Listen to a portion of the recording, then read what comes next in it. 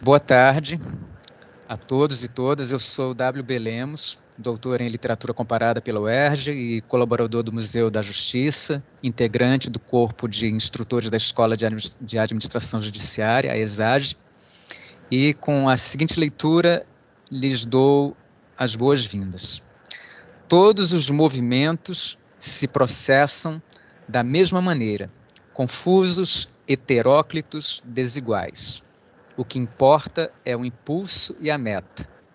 Esses foram atingidos pelo movimento de 22. Oswald de Andrade, em O Modernismo, no livro Estética e Política, organizado por Maria Eugênia Boaventura. Sendo assim, o Museu da Justiça, com o objetivo geral de fomentar em especial aproximações entre o direito e as demais humanidades, dá continuidade às atividades do programa Humanitas, ciclos de palestras, debates e diálogos, em formato virtual, neste dia 25 de abril, cujas ações têm o propósito específico de promover a cultura humanística, filosófica, científica e artística. Em sua 9ª edição, em formato virtual, claro, por enquanto, intitulada Um Século de Modernismos, trataremos, né, da obra organizada por Gênesis de Andrade, o Humanitas, em comemoração ao centenário, né, da Semana de 22, conta com a presença da professora da FAAP, pesquisadora, tradutora e ensaísta Gênesis Andrade. A palestrante é doutora em literatura hispano-americana pela USP, com pós-doutorado em literatura comparada pela Unicamp, e responsável pela organização da alentada obra Modernismos. Estou aqui com ela em mãos, uma reunião ensaística, né, primorosa, Modernismos 1922-2022, reunião de 29 ensaios de autoria de estudiosos e críticos consagrados que se propuseram a refletir e questionar a Semana de Arte Moderna e seus desdobramentos. A convidada falará sobre o teor dos ensaios reunidos com o intuito de revisitar a memória e fortuna crítica modernistas, que tornam públicas e debatem manifestações e obras artísticas, reconhecendo suas virtudes e aspectos controversos.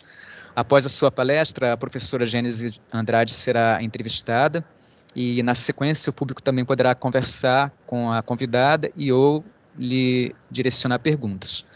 Os ciclos Humanitas objetivam difundir e realçar noções ético-humanísticas e em apoio ao amplo esclarecimento sociopolítico imprescindível ao exercício democrático da cidadania.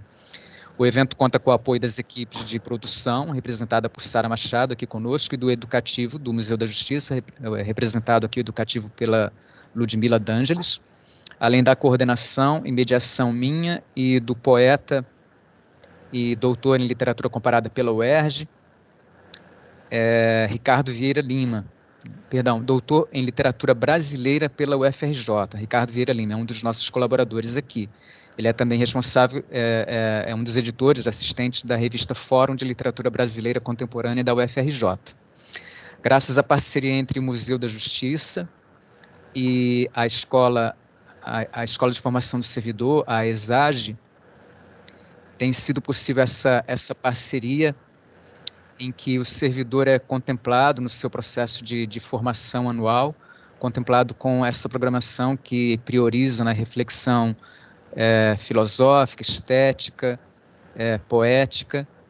E, sendo assim ditas essas palavras, eu passo a palavra à nossa convidada, Gênesis Andrade. Olá, boa tarde a todos, quase boa noite. Eu agradeço imensamente o convite do Lemos, né, do Museu da Justiça. Eu acho fundamental este projeto de incentivo à leitura, de incentivo à reflexão, né, e parabenizo a todos por estarem à frente desta iniciativa.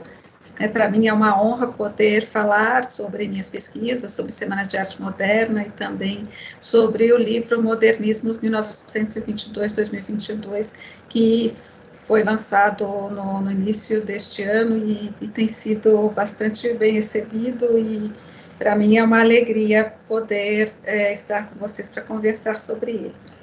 Eu vou fazer uma apresentação sobre a Semana de Arte Moderna, de uma forma geral, panorâmica, e à medida que eu for fazendo essa apresentação, eu vou trazendo algumas questões e eventualmente mencionando também como ela foi abordada no livro, né, e algumas coisas que eventualmente não sejam abordadas durante a minha fala podem ser retomadas durante a nossa conversa que vai haver na sequência. Eu peço desculpas antecipadamente porque não consigo acompanhar o chat, senão eu fico desconcentrada, mas fico à disposição para nós conversarmos, se não hoje ainda também mais à frente por e-mail. Né? Então, vou Gênesis, compartilhar minha tela. pode ficar tranquilo, nós vamos acompanhar aqui o chat, e aí vamos, no momento da entrevista, a gente vai passando as perguntas para você também. E deixe-me só fazer uma retificação aqui, eu cometi um equívoco aqui. Na verdade, o título, né, conforme sua sugestão, né, é a Semana de Arte Moderna em seu centenário, entre o marco e o mito. Então, é uma honra tê-la conosco, somos muito gratos. A gente imagina o quanto a sua atenção tem sido disputada nesse período, a sua agenda muito cheia, em função do lançamento dessa obra, né, de extrema relevância, né, para a reflexão sobre o centenário. Né? Então, somos muito gratos por sua presença conosco. Eu que agradeço. Bom, começo então retomando o título da palestra, né, que eu disse que seria a Semana de Arte Moderna em seu centenário, entre o marco e o mito. Né, e eu trago esse título inspirada no artigo que José Miguel Wisnik publicou na Folha de São Paulo em 13 de fevereiro, né, no qual ele diz assim: com o tempo, a semana tornou-se uma referência histórica, uma data reverencial e um mito de origem, consolidando-se depois como marco da vida brasileira no século XX. Fica claro, e eu reforço, que escolher o marco a partir de um olhar retrospectivo não é exclusivo desse momento nem desse evento, né? E o José Miguel Wisnik também aponta que a semana é um mito de origem inventado a posteriori, certamente como todos esses marcos históricos. Né? E quando se fala em marco, né, fica mais claro que se tem esse evento como, ao mesmo tempo, uma sinalização, um ponto de partida, né, que é colocado para fins didáticos, mas essa escolha também está relacionada a outras questões, né, em termos de uma necessidade de demarcar cronologicamente pontos de partida, pontos de chegada, finalizações e reinícios, né? Mas quando se fala em mito, a palavra mito tanto pode ser interpretada positivamente quanto negativamente, né? E é para isso que eu chamo a atenção. De acordo com o dicionário AIS, mito é o relato simbólico passado de geração em geração dentro de um grupo que narra e explica a origem de determinado fenômeno, ser vivo, instituição ou costume social, né? Nesse caso, então, a semana seria um mito relacionado aos modernismos, né?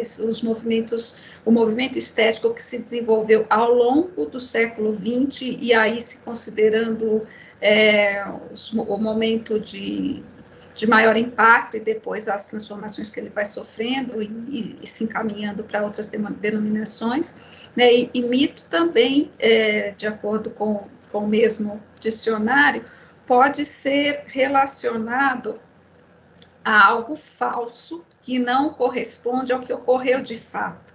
Né? E essa é a leitura que fazem as pessoas, os críticos, que querem desautorizar esse evento, como se ele fosse irrelevante, como se ele não tivesse a potência que parte da crítica diz que ele tem, né? E até mesmo querendo dizer que é um evento que tem um impacto, uma repercussão muito mais por uma construção de uma determinada linha da crítica e não pelo que ele significou de fato. Então, eu chamo a atenção para essas duas possibilidades de leitura, e é evidente que a minha leitura vai muito mais no sentido do mito como algo positivo, como algo relevante, como algo que nos constitui, no sentido de entender esse movimento estético ao longo do século XX, né, e querendo, a partir do que eu vou dizer agora, responder a essas críticas que, de alguma maneira, querem desconstruir a importância da Semana de Arte Moderna. Eu começo, então, falando do contexto em torno do qual a Semana de Arte Moderna ela é concebida. Ela não foi concebida de uma hora para outra. E nós tivemos um grupo de artistas que estavam em São Paulo, não todos paulistas, que foram responsáveis por essa movimentação que vai levar à concepção e à realização da Semana de Arte Moderna. Vocês veem aí a Anita Malfatti, né, no alto à esquerda, que era uma artista paulista que foi estudar na Alemanha, que foi estudar em Nova York, e que faz, em 1917, uma exposição que é considerado o ponto de partida para a mobilização em torno da defesa e da apresentação dessa nova estética que começa a ser concebida principalmente por esse grupo sobre o qual vou falar agora, mas não só ele. Né? Oswald de Andrade, que também era paulista, jornalista, escritor, começa a carreira como jornalista em 1909 e vai consolidar sua obra, tanto em poesia quanto em prosa, e não só ficção, mas também reflexões, manifestos, etc., nos anos 20. Né? Mário de Andrade, no alto à direita, que também de São Paulo, especialista em música e mais conhecido como escritor, né, e grande pesquisador também do folclore, cuja carreira também se consolida nos anos 20.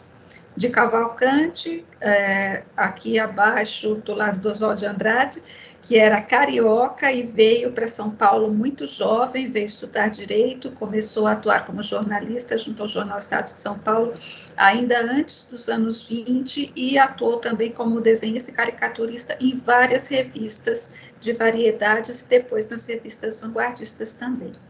Guilherme de Almeida, que está aqui no canto direito, também de São Paulo, que também se formou em Direito e se consolidou como escritor nos anos 20, mas já antes disso publicou vários livros de poemas, né? E Menotti Del Picchia, aqui ao lado do de Cavalcante, que também formado em Direito, ele era de São Paulo, mas não da capital, ele era de Itapira e veio morar em São Paulo para estudar Direito e depois estabeleceu residência aqui quando começou a atuar como jornalista e depois diretor do jornal Correio Paulistano. Em 17, então, esse ano é importante, não só pela exposição da Anita Malfatti, que eu já mencionei, sobre a qual vou falar, mas também porque 17 é o ano em que é lançado o concurso para o Monumento à Independência, que comemoraria o centenário da independência em 1922. Então, vejam que, em paralelo a este ato, que busca pensar nas comemorações do centenário da independência do Brasil, independência política acontecida em 1822, né, que se completaria 100 anos, nós temos, coincidentemente, essa movimentação estética. Além da exposição da Anita Malfatti, Mário de Andrade publica o livro Há uma Gota de Sangue em Cada Poema, né, que é um livro ainda com textos com formas fixas e com certo lirismo que não é inovador, né, mas já o seu primeiro livro, publicado em 17. Em 17, também Mário de Andrade e Oswald de Andrade irão se conhecer. O irmão do Mário de Andrade havia sido colega do Oswald de Andrade no Colégio de São Bento, mas Mário e Oswald ainda não eram amigos, e eles vão se conhecer pessoalmente e se aproximar quando Oswald de Andrade, como jornalista, vai assistir a uma conferência patriótica do Eloy Chaves, no Conservatório Dramático Musical, no qual o Mário de Andrade ainda estudava e do qual ele virá a ser professor. O Mário de Andrade faz o discurso de saudação, Oswald de Andrade fica muito encantado com esse discurso, quer publicá-lo no jornal e o disputa com o jornalista, né? Consegue ficar com o discurso, publica, e a partir daí, então, Mário e Oswald ficarão amigos. Aí vocês veem uma foto do Mário de Andrade no Conservatório Dramático Musical, em 18.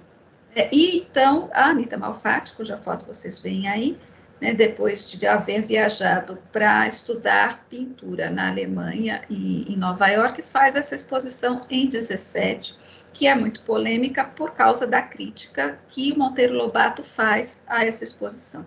Ela já havia feito uma exposição em São Paulo em 14, que não teve nenhuma polêmica em torno dela, embora tivesse apresentado obras semelhantes, Mas nesta exposição de 17, com 53 obras, vocês veem aí algumas das obras expostas, e vem também a imagem do catálogo, né? Ela apresenta pinturas feitas entre 15 e 17, e o Lobato faz uma crítica muito dura a essa exposição, e isso causa uma polêmica que faz com que algumas obras compradas sejam devolvidas, mas faz também com que esse grupo, então, que já se conhecia, né, o de Cavalcante, que sugere a Anita Malfatti fazer essa exposição em 17, já se conheciam os dois.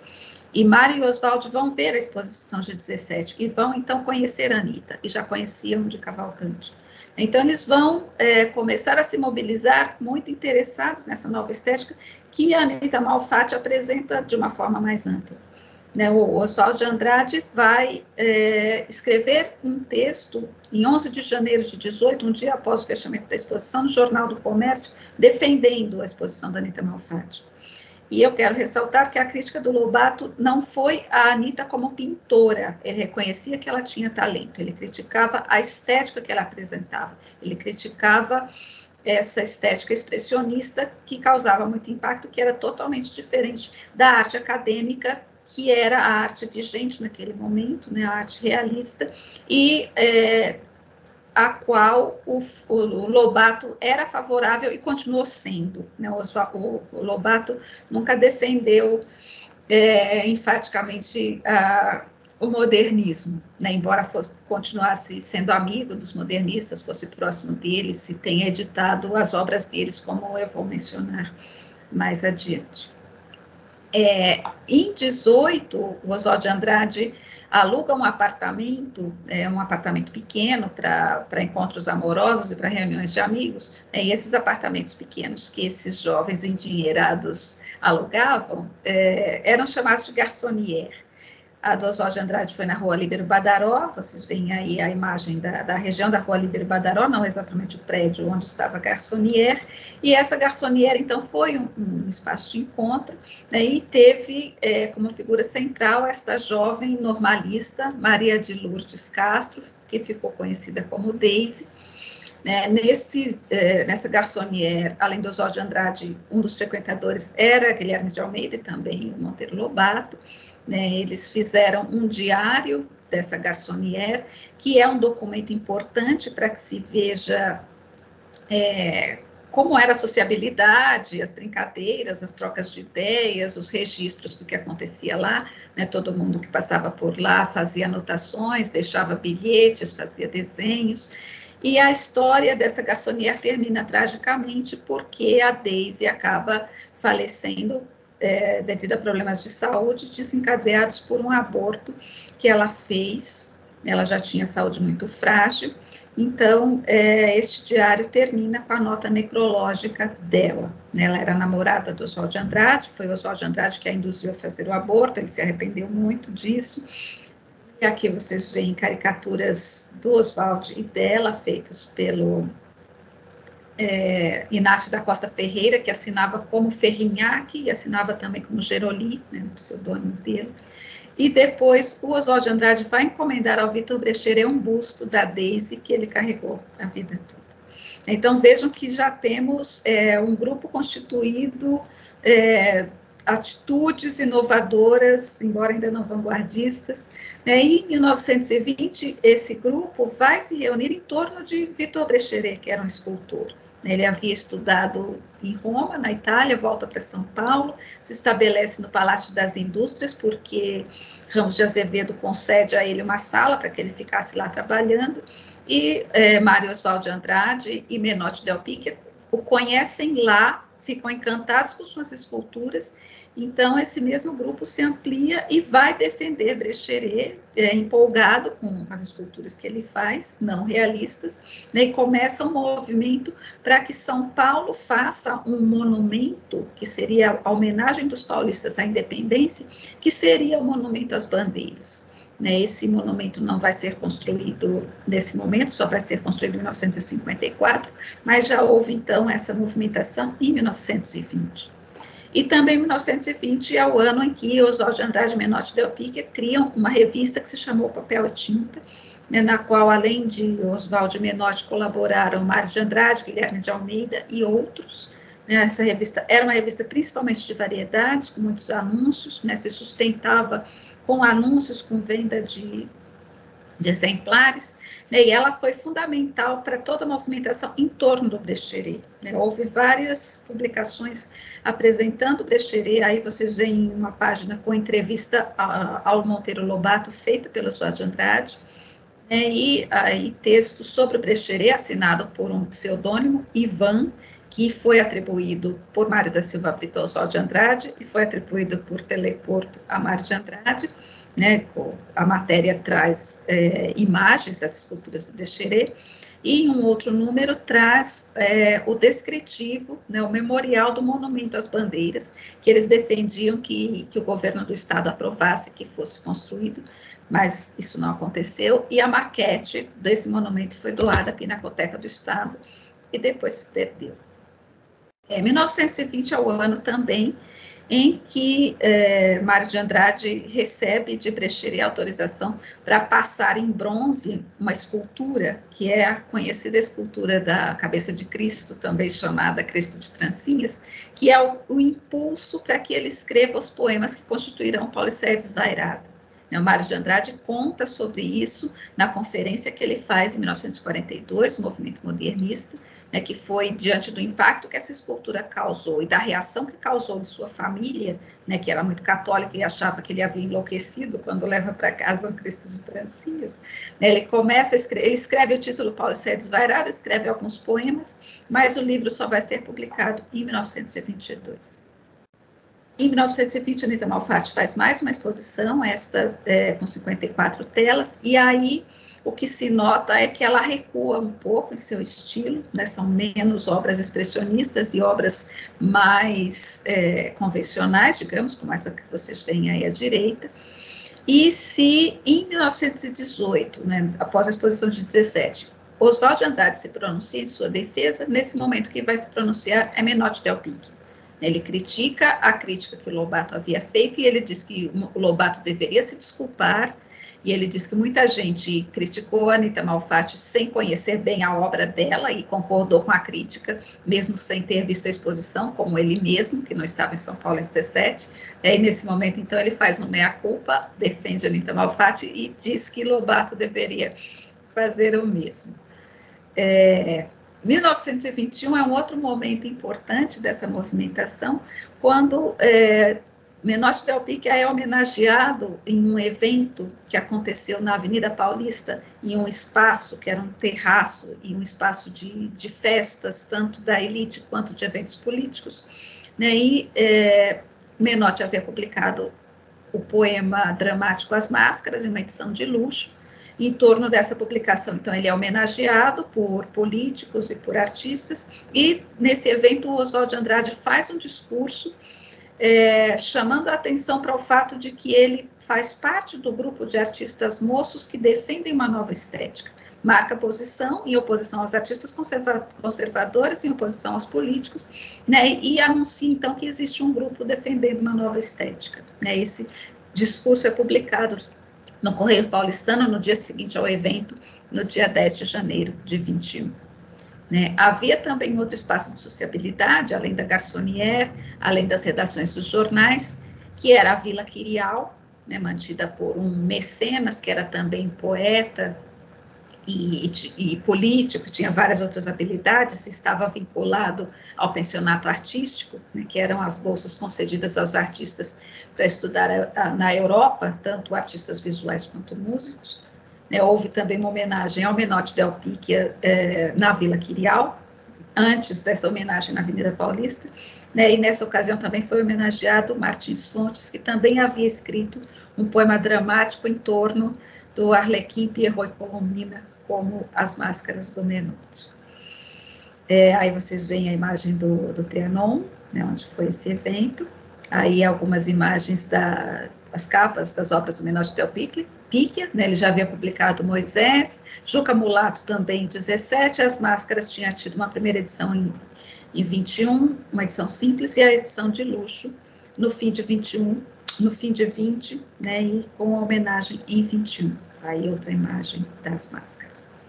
Bom, em 21, a Anita Malfatti faz mais uma exposição, dessa vez em Santos, com menos repercussão, com menos obras, mas é importante ver aí que ela já está com uma estética mais comportada, né, que vai ser criticada pelo Mário de Andrade. Em outubro de 21, Mário de Andrade publica a primeira crítica às obras da Anita Malfatti, né, que ele havia conhecido em 17, e ele reclama que ela tenha recuado, né, embora ele reconheça o valor artístico que o conjunto da obra dela já tem e diga que ela se anuncia como uma artista muito promissora, que vai ser muito reconhecida à medida em que o tempo passe. 1921 é um momento também importante quando Oswald de Andrade publica no Jornal do Comércio um texto no qual ele apresenta Mário de Andrade e sua poesia, né, com o título O Meu Poeta Futurista. Então, como eu disse, Mário de Andrade já havia escrito os poemas que constituíram Paulicéia Desvairada, esses manuscritos circulavam, o Mário de Andrade lia poemas em voz alta nos encontros, e o Oswald de Andrade, então, escreve esse texto, publicado no Jornal do Comércio, chamando o Mário de Andrade de futurista. Isso causa escândalo, causa muitas críticas. O Mário de Andrade perde alunos, ele era professor particular de piano, além de dar aulas no conservatório, mas esse texto, então, causa o mesmo impacto no âmbito da literatura que causou a exposição da Anita Malfatti em 17 no âmbito das artes visuais. E é a primeira publicação de um poema do Mário de Andrade de Paulicéia Desvairada, o poema Tu, que é reproduzido aí neste artigo, e Oswald de Andrade cita aí também outros poetas que defendem a nova estética, como Menotti Del Picchia e Guilherme de Almeida. Não vou ler trechos porque não vai haver tempo, mas é uma apresentação muito contundente que Oswald de Andrade faz do Mário nesse texto. Vocês veem o poema, que causa muito impacto porque eram versos livres, não eram soneto, não eram versos medidos, não eram versos rimados.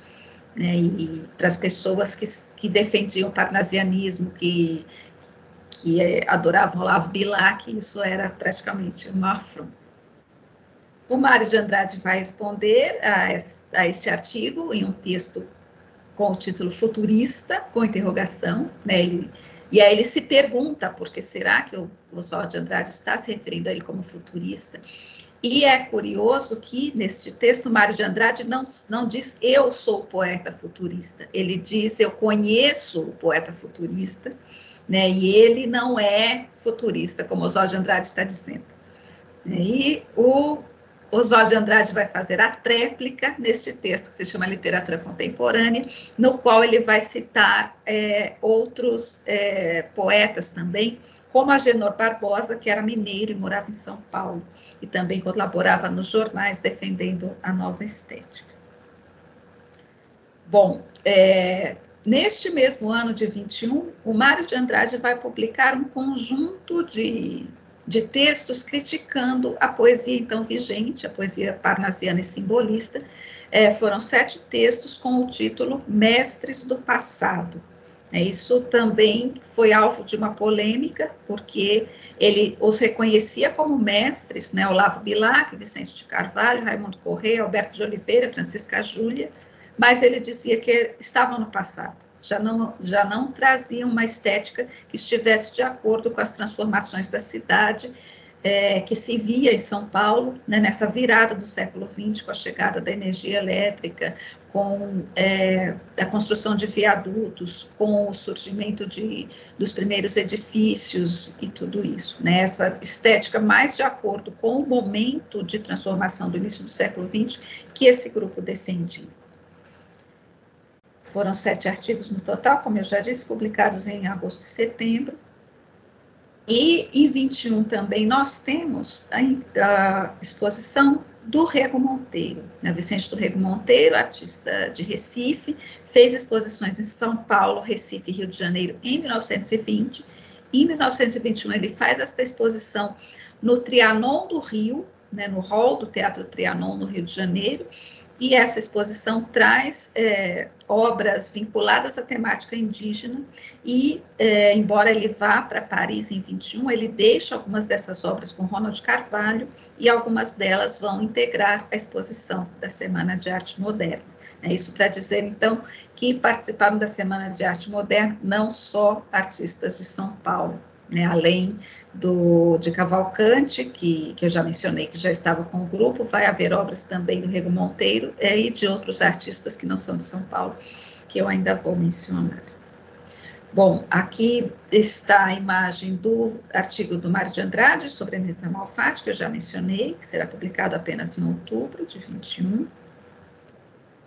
E também em outubro de 21, nós temos a viagem de Mário de Andrade, Oswaldo de Andrade e Armando Pamplona ao Rio de Janeiro, né, para conhecer os jovens que atuavam também, já de acordo com uma nova estética, no caso, Manuel Bandeira e Ronald Carvalho.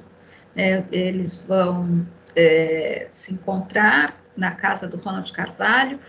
O Mário de Andrade vai ler poemas de Paulicéia Desvairada, isso vai causar muito impacto em todos os presentes, além de Ronald Carvalho e Manuel Bandeira, estava lá Ribeiro Couto também, Sérgio Buarque de Holanda, né? E aí vai se iniciar também a amizade entre Mário de Andrade e Manuel Bandeira, que vai ser muito longa até a morte do Mário de Andrade, e está documentada em uma imensa correspondência que foi editada por Marcos Antônio de Moraes.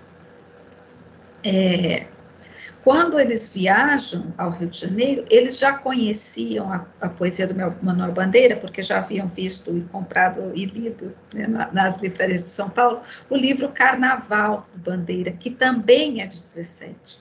Né, só que não havia uma mobilização no Rio de Janeiro, não havia um grupo defendendo a nova estética como havia aqui em São Paulo. E quando eles se conhecem, se aproximam, o Bandeira será convidado para participar da Semana de Arte Moderna. Ele recusa o convite, mas ele concorda que seja lido um poema dele, que é o poema Os Sapos, durante a Semana de Arte Moderna. Então, temos também a participação do pernambucano Manuel Bandeira, que morava no Rio de Janeiro, na Semana de Arte Moderna, a partir dessa leitura do poema que é feita por Ronald Carvalho. Em novembro de 1921, nós temos a exposição Fantoches da Meia-Noite, na Livraria Jacinto, né, que é um conjunto de imagens feitas pelo de Cavalcante, inspirado nas figuras do Porto do Rio de Janeiro. Ele já havia exposto isso em 1920, foi editado, né, pelo Monteiro Lobato, e ele expôs também, nesse momento, outras obras. Essa exposição aconteceu na Livraria Jacinto, em São Paulo, e se diz, então, que é neste momento que se concebe a ideia de um evento que reuniria artes visuais, leituras de textos literários e apresentações musicais. Né, durante essa exposição, Graça Aranha chega a São Paulo, vai ver essa exposição. O dono da livraria, que se chamava Jacinto, né, que fazia desse espaço um espaço não só para venda de livros, mas um espaço de encontro, convida os modernistas para assistirem um evento na livraria. Então, o grupo vai conhecer Graça Aranha, e aí nós temos narrativas diferentes sobre a concepção da Semana de Arte Moderna.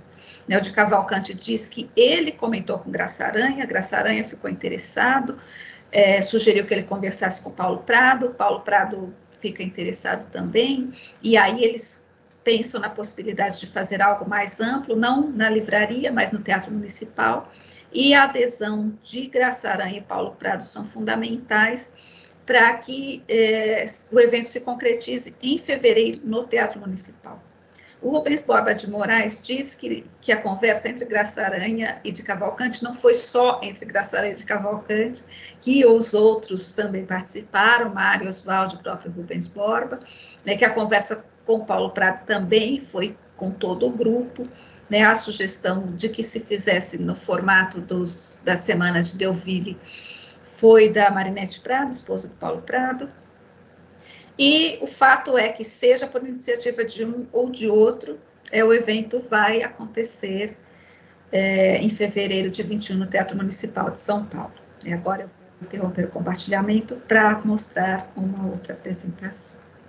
Bom, a Semana de Arte Moderna, então, vai acontecer de 11 a 18 de fevereiro, no Teatro Municipal. Algumas pessoas dizem que a semana não durou uma semana, isso não é verdade. A exposição de obras de artes visuais no saguão do Teatro Municipal durou uma semana, de 11 a 18 de fevereiro. Mas os saraus foram 3 dias, 13, 15 e 17 de fevereiro. A exposição contou com 100 obras, 20 das quais de Anita Malfatti.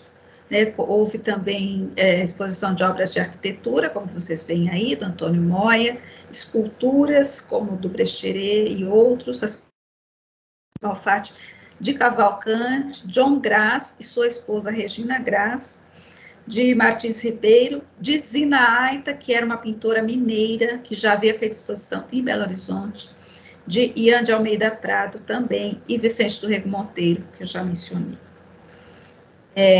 Nós temos, como eu mostrei, né, este catálogo da exposição das obras, e neste catálogo não consta o nome de Regina Graz, esposa do John Graz, né? O John Graz era um artista suíço que ela conheceu quando foi estudar na Europa, eles se casaram e voltaram para São Paulo. E no fim dos anos 60, a Aracy Amaral estava fazendo o seu livro, Artes Plásticas na Semana de 22, e entrevistou Ian de Almeida Prado. E ele fez este esboço de como estavam expostas as pinturas no saguão do Teatro Municipal. E ele confirma a presença da Regina Graz. Então, nós tivemos 3 mulheres pintoras na Semana de Arte Moderna. Regina Graz, juntamente com John, Anita Malfatti e Zina Aita. E se vê aí no esboço que são elas que estão na parte da frente, né? São as primeiras obras que se vê ao chegar ao Teatro Municipal. Esse é um dado importante, principalmente porque nós não temos fotos da Semana de Arte Moderna. Então, para saber o que realmente aconteceu, nós contamos com este esboço e nós contamos com os relatos que foram publicados, tanto em 22, antes, durante e depois da semana, tanto pelos participantes quanto por jornalistas, e depois com as rememorações que foram feitas pelos próprios participantes, tanto em artigos de jornais, quanto em crônicas, quanto em entrevistas e em conferências também. Mostro aqui algumas das obras expostas, né, da Anita Malfatti, a estudante russa, o japonês, da Zina Aita, é possível que tenha sido exposta esta, né, nós não temos muitas obras datadas feitas por ela, então há hipóteses sobre o que foi exposto. Regina Gomide, aí vocês veem a foto dela. A Regina Gomide se dedicava às artes decorativas, então sobrou muito pouco do que ela fez. Ela fazia tapetes, almofadas, né, alguns a partir de desenhos feitos pelo John, outros feitos a partir de desenhos feitos por ela propriamente. Né, aí esses materiais que eu apresento estão sem data, pode ser que eles sejam de 22 ou não. Né, e hoje a Regina Gomide vem sendo mais estudada e pode ser que se revelem mais informações sobre essa participação dela. Guiomar Novaes participou como pianista, né, interpretando Debussy e também obras do Villa-Lobos. Villa-Lobos também participou com suas próprias obras. E houve outras mulheres musicistas que participaram. Lucília Villa-Lobos, pianista, casada com Villa-Lobos. Paulina D'Ambrosio, violinista, que era a violinista preferida do Villa-Lobos. A soprano Maria Ema, sobre a qual não temos informações. E a dançarina e musicista Yvonne Domerry, sobre a qual também não temos informações nem fotos. Tudo isso para dizer que, além das 3 artistas visuais, nós tivemos Guiomar Novaes e mais 3 mulheres da área de música, 3 da área de música e a dançarina, 4. Né? Então, nós temos 8 mulheres participantes da Semana de Arte Moderna, algumas mais comentadas, outras menos comentadas, né? E fica aí a sugestão, então, para quem quiser estudar estas mulheres cujas informações se perderam, né? São figuras importantes a serem ainda recuperadas. Né? Inclusive, Yvonne Domerry se diz que dançou em homenagem a Isadora Duncan, que já havia passado por São Paulo, e que Oswald de Andrade havia conhecido, né, em 1916, e seria muito bom recuperar informações sobre ela, né? Não conhecemos fotos nem mais detalhes sobre ela. Esta foto, que durante muito tempo foi considerada como sendo um registro da Semana de Arte Moderna, foi revelada em 1920 como sendo o registro de um almoço em homenagem ao Paulo Prado, realizado no Hotel Terminus, em São Paulo, em 1924. Essa revelação foi feita por Carlos Augusto Calil em um texto publicado na Folha de São Paulo em outubro de 2020, e que vai ser publicado em livro em breve, uma edição organizada pelo Marcos Antônio de Moraes e que está no prelo pela editora Sesc.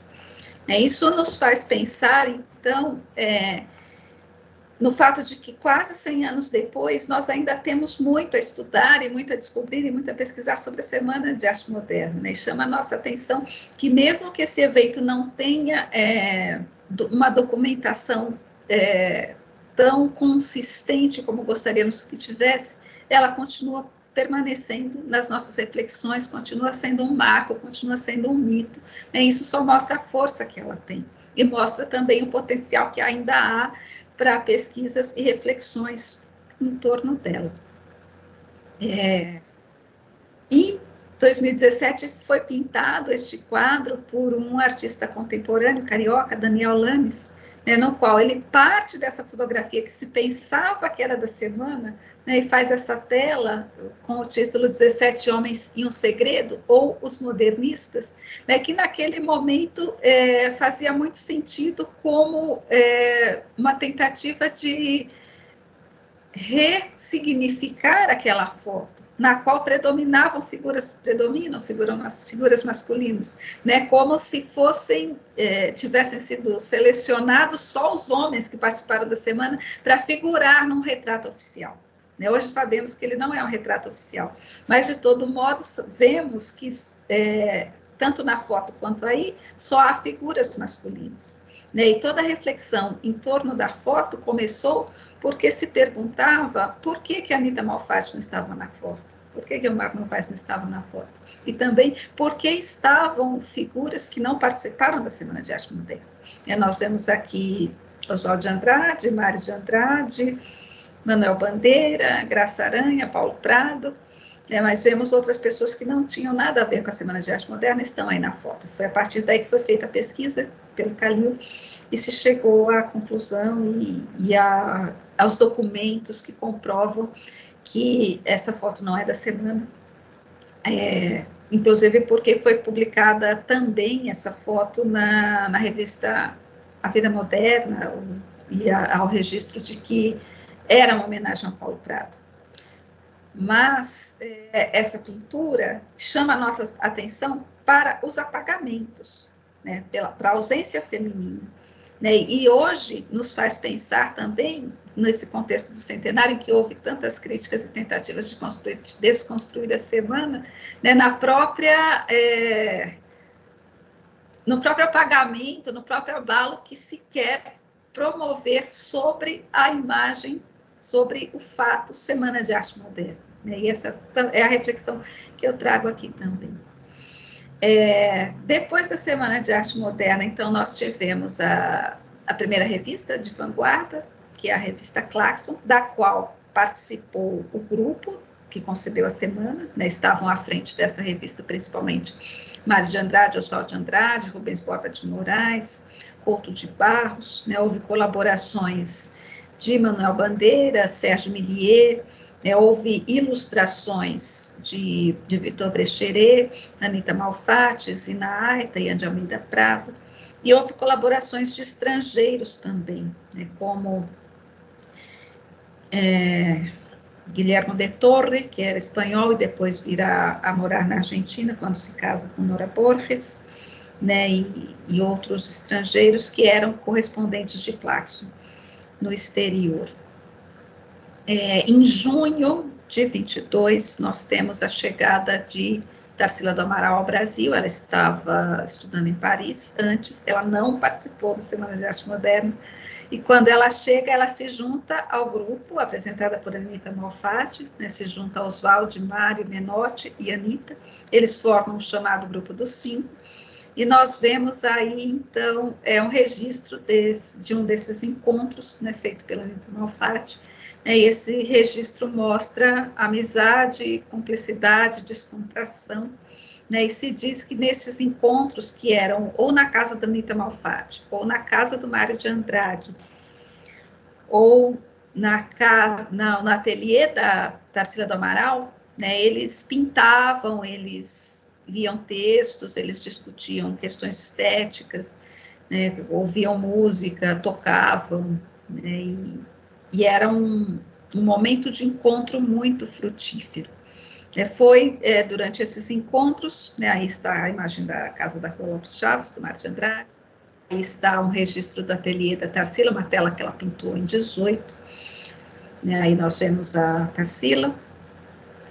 Nesses encontros, então, foram pintadas várias obras, né, a Anita Malfatti e a Tarsila do Amaral também contam que o Mário de Andrade um dia mandou comprar margaridas e mandou entregar para a Tarsila no ateliê muitas margaridas. Então, a Tarsila e a Anita Malfatti pintaram as margaridas do Mário de Andrade, né? Esta tela da Tarsila está hoje na França, no Museu de Grenoble, e a que a Anita Malfatti pintou está na coleção do Mário de Andrade, no IEB USP. Elas também pintaram, por ocasião do aniversário do Mário de Andrade, em outubro, autorretratos e deram de presente para ele. Aí está o autorretrato da Anita Malfatti, aí o autorretrato da Tarsila. E elas também fizeram retratos do Mário de Andrade e deram de presente para ele. E aí está o pintado pela Anita e aqui pintado pela Tarsila do Amaral. Tudo isso eu digo, então, para mostrar que a produção dos modernistas vai começar a se consolidar depois da Semana de Arte Moderna. Nós sabemos que, durante a Semana de Arte Moderna, Mário de Andrade leu versos de Paulo Sérgio Vairada, que só será publicado em julho de 22, né, realmente uma obra que traz, como eu já disse, versos livres, versos não rimados, versos não metrificados, traz o registro da oralidade, traz palavras, expressões ouvidas na rua, que não faziam parte da nossa poesia, trazem as influências do futurismo italiano e de outras vanguardas. Realmente, a obra do Mário de Andrade apresentada na semana já era a obra inovadora se anunciando e que vai se consolidar pouco depois. O poema do Bandeira era de 17 e também igualmente inovador, com versos livres, etc. Oswald de Andrade leu Os Condenados, Trechos dos Condenados, que é um romance já com a nova estética, mas não é o romance tão inovador que ele fará em Memórias Sentimentais de João Miramar, que só será publicado em 24, em Serafim Ponte Grande, que só será publicado em 33. Os Condenados foi publicado em 22 pela editora de Monteiro Lobato, depois da semana, assim como Menotti Del Pique leu trechos de O Homem e a Morte, que era um romance inovador, mas não tão inovador quanto serão os do Mário de Andrade e os do Oswald de Andrade, também publicado em 22, depois da semana, pela editora Monteiro Lobato. Os dois tiveram capa de Anita Malfatti. Estão aí as imagens, né, do Oswald, Os Condenados, fazia parte de um conjunto que se chamou Trilogia do Exílio, a capa do livro do Menotti. Aqui um exemplar do livro do Menotti dedicado a Tarsila do Amaral e assinado por todo o grupo, né, Oswald, Mário, Menotti e Anita. E, terminado o ano de 22, eles vão viajar. Tarsila volta para Paris para estudar, Oswald de Andrade vai atrás dela, né, eles vão ficar todo o ano de 23 em Paris, e é aí, então, que eles vão ter um contato mais efetivo com as vanguardas europeias, vão conhecer vários artistas, né, e a estética da Tarsila do Amaral vai mudar radicalmente, assim como Oswald de Andrade já começa a se voltar para um outro estilo, para outras questões.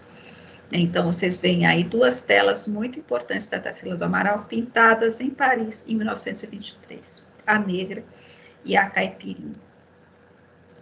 Chamando um pouco a atenção para as reflexões mais contemporâneas, em torno do centenário da Semana de Arte Moderna, né, eu já falei sobre a participação das mulheres, né, houve muitas perguntas sobre quem eram as mulheres durante a Semana de Arte Moderna, quem eram as artistas, o que elas estavam fazendo, né, eu já falei daquelas que sempre se soube que participaram, e falei também dessas menos estudadas que também participaram.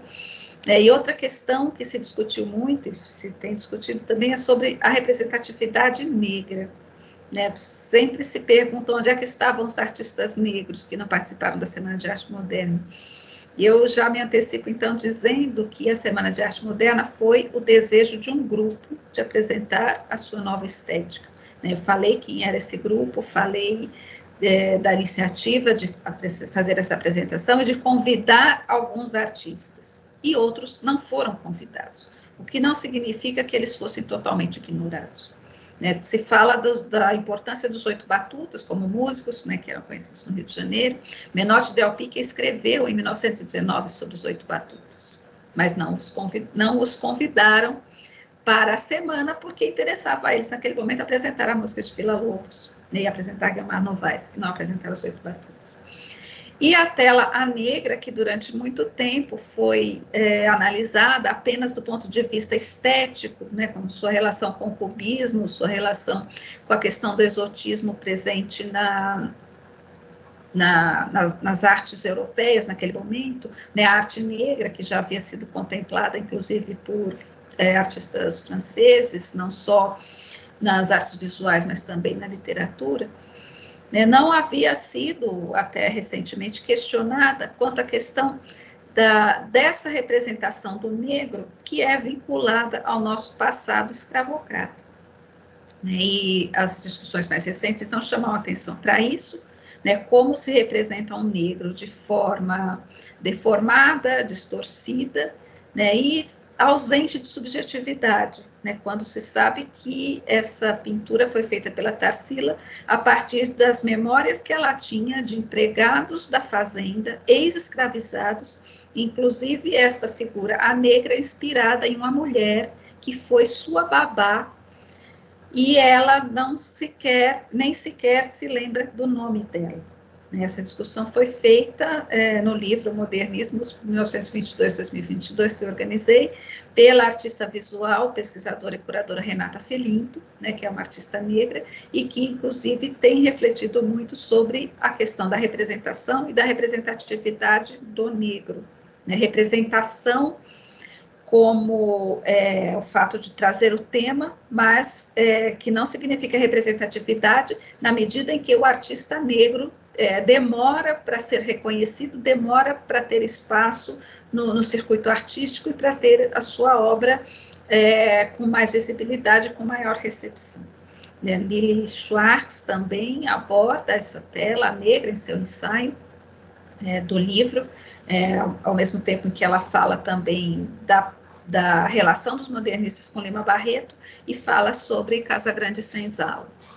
Então, da mesma forma que no livro também nós temos o texto da Regina Teixeira de Barros sobre as mulheres artistas na semana de 22, e nós temos o texto de Maria de Lourdes Eleutério sobre as mulheres escritoras, que nesse momento escreviam, mas não participavam do grupo, e não participaram da Semana de Arte Moderna, mas também não faziam obras modernistas, esteticamente não eram obras vanguardistas, embora os temas que elas tratassem fossem relevantes. Bom, aqui outras telas da Tarsila do Amaral, bastante conhecidas, o autorretrato Manteau Rouge foi pintado também em Paris em 23, depois este autorretrato de 24, esse que está à direita. E nós vamos vendo, então, o grupo modernista já atuando em outros lugares, com a produção cada vez mais sólida, e o surgimento de outras revistas. Temos a revista Novíssima, em 23 até 1926, da qual participou Menotti Del Pique. Houve colaborações de Mário de Andrade, Oswaldo de Andrade e outros também nela. Em 24, quando Tarsila e Oswaldo voltam para o Brasil, receberemos a visita de Blaise Cendrars, este escritor franco-suíço, que era um vanguardista reconhecido na França naquele momento, tinha participado da Primeira Guerra Mundial, perdeu um braço na guerra, Foi ele que apresentou Tarsila e Oswald de Andrade para várias figuras importantes do âmbito artístico na França, e ele vem para o Brasil em 1924, vai com Mário e Oswald para as cidades históricas de Minas durante a Páscoa, em 24, né, e com Tarsila e Oswald para o Carnaval do Rio de Janeiro, em fevereiro de 24. E é o Blaise Cendrars que diz a eles, não só Mário Oswald, mas Tarsila também, que eles devem olhar para o próprio Brasil, para aquele elemento exótico que a Europa valoriza, que faz parte da nossa cultura, da nossa Constituição, e que não era visto dessa maneira, né, que era desvalorizado. E é a partir daí, então, que Tarsila vai incorporar em suas pinturas as cores caipiras, né, os elementos vinculados à cultura popular. Assim como Oswald de Andrade vai escrever o Manifesto da Poesia para o Brasil em 24, e vai publicar em um jornal do Rio de Janeiro, que é o Correio da Manhã, no dia 18 de março de 24, logo depois desse carnaval no Rio de Janeiro. Tarsila do Amaral vai pintar a tela Morro da Favela, que traz uma alegoria da Torre Eiffel no morro, e nós vemos, então, o tal diálogo entre o nacional e o estrangeiro, a vanguarda e o elemento local, né, a partir desse encontro, dessa visita do Blaise Cendrars ao Brasil. Né, e das viagens também participaram os filhos do Oswald, filho do Oswald, a filha da Tarsila, Dona Olívia Penteado, que era uma mecenas, o Alfredo da Silva Teles, que era genro da Dona Olívia Penteado, né, e outras pessoas. Em 24, então, se publicará o livro, o romance mais inovador do Oswald de Andrade, Memórias Sentimentais de João Miramar, com capa de Tarsila. Em 24 se publicará também este livro do Blaise Cendrars, em Paris, que ele escreveu durante a viagem de navio da França para o Brasil, né, e ele ilustrou com desenhos da Tarsila, que ele viu ela esboçar durante as viagens, né, principalmente a viagem ao Rio de Janeiro, e essa capa traz o esboço da tela negra que ele pediu a ela. Havia planos de que houvesse outros volumes desse livrinho, né, Feuille de route, Diário de Viagem, e os poemas escritos depois, escritos em São Paulo, acabaram não sendo publicados em livro, senão postumamente. Né, os poemas dedicados a São Paulo serão incluídos no catálogo da exposição que a Tarsila faz na Galerie Percier em 1926. Né, mas em livros só serão publicados depois. Em 24 e 25 nós vamos ter outras revistas, né, a revista Estética no Rio de Janeiro, a revista em Belo Horizonte e a revista Festa também no Rio de Janeiro, da qual participam todos eles já mencionados aqui e outros. A revista Estética teve à frente Prudente de Moraes Neto e Sérgio Buarque de Holanda. A revista de 25 teve à frente Carlos Drummond de Andrade. Carlos Drummond conta do impacto que causa conhecer os paulistas quando eles passam por Belo Horizonte durante a viagem às cidades históricas de Minas em 24, né, e é motivado por esse encontro que eles vão conceber essa revista de vanguarda, a revista, e também aí que vai se iniciar a longa amizade entre Drummond e Mário de Andrade. Isso está documentado também na correspondência que foi organizada por Lélia Coelho Frota, com notas de Silviano Santiago. Em 1925, Oswald de Andrade vai publicar o livro Pau-Brasil, que é considerado o livro irmão do Feuille de route, do Blaise Cendrars, também com ilustrações da Tarsila do Amaral, né? Vejam essa conhecida capa que traz a bandeira do Brasil, substituindo Ordem e Progresso por Pau-Brasil. Não temos a comprovação de que essa capa seja da Tarsila do Amaral, embora seja atribuída a ela. As ilustrações da Tarsila vocês veem aí, eu mostro algumas rapidamente, uma ilustração para cada seção do livro, o livro tem 9 seções e mais uma ilustração na abertura, são 10 ilustrações no total. E a Tarsila também faz retratos do Oswald de Andrade, este em 22, este em 23. Em 23, o Oswald de Andrade faz uma conferência na Sorbonne sobre a literatura e a arte brasileira vanguardista, modernista. É a primeira vez, então, em que se divulga o modernismo brasileiro de forma mais ampla. Antes já havia sido publicado um artigo do Sérgio Millier na revista Lumière, na Antuérpia, e essa conferência do Oswald de Andrade na Sorbonne, que foi em 11 de maio de 23, será publicada na Revue de l'Amérique Latine em julho de 23, em francês, e nos jornais na França saem notícias acompanhadas por este retrato do Oswald feito pela Tarsila. E em dezembro, a Revista do Brasil publica em português a conferência traduzida em uma versão com algumas alterações. O livro Pau Brasil traz um poema do Oswald de Andrade em homenagem a Tarsila. E aí nós vemos, então, um diálogo entre literatura e artes visuais, não só na medida em que Tarsila registra Oswald na pintura, e Oswald registra Tarsila em versos, mas também porque o poema é construído a partir de imagens que estão nos quadros da Tarsila. Então, o poema é conhecido, se chama Atelier, eu vou ler só a primeira estrofe: caipirinha vestida por Poiré, a preguiça paulista reside nos teus olhos, que não viram Paris, nem Piccadilly, nem as exclamações dos homens em Sevilha, a tua passagem entre brincos. Em 26, Mário de Andrade publica o livro Losango Caque. Este livro já não traz só poemas em versos livres, traz também poemas com rimas, sonetos, e é uma estética já bastante diferente da estética de Paulo Zé Desvairada. Vai motivar muitas críticas de Menotti Del Picchia, principalmente no Correio Paulistano, mas também na revista Terra Roxa, e Mário de Andrade e Menotti Del Picchia vão romper neste momento. Eu falei da união do Grupo dos Cinco, e essa união do Grupo dos Cinco começa a terminar em dezembro, quando Oswald e Tarsila viajam em dezembro. Já houve um pouco antes um desentendimento em torno da revista Claxon, por causa de uma resenha que o Mário de Andrade fez do livro O Homem e a Morte.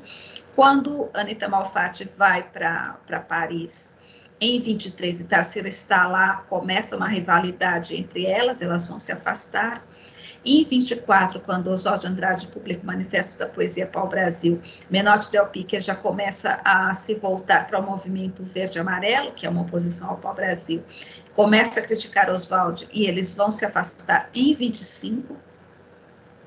E então, em 26, se afastam Menotti e Mário de Andrade. Em 26, nós temos publicação importante de Alcântara Machado. Antônio de Alcântara Machado publica Patê Baby, que é um livro de versos com imagens, simulando um cinematógrafo, uma máquina de filmagem, que traz registros de viagens, registros de paisagens de cidades da Espanha. Ele publica Brás Bexiga e Barra Funda, que é um romance que registra a fala dos italianos que moravam na região do Brás, e aí já tem um dado importante, que é a crítica social. E ele publica também Laranja da China, que são novelas, também trazendo esse cotidiano de São Paulo periférico, e o registro da oralidade e a questão da imigração e da desigualdade social.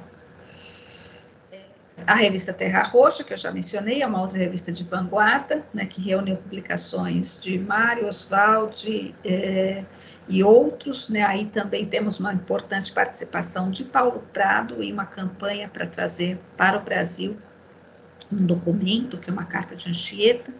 Eles conseguem trazer esse documento, e é um documento importante.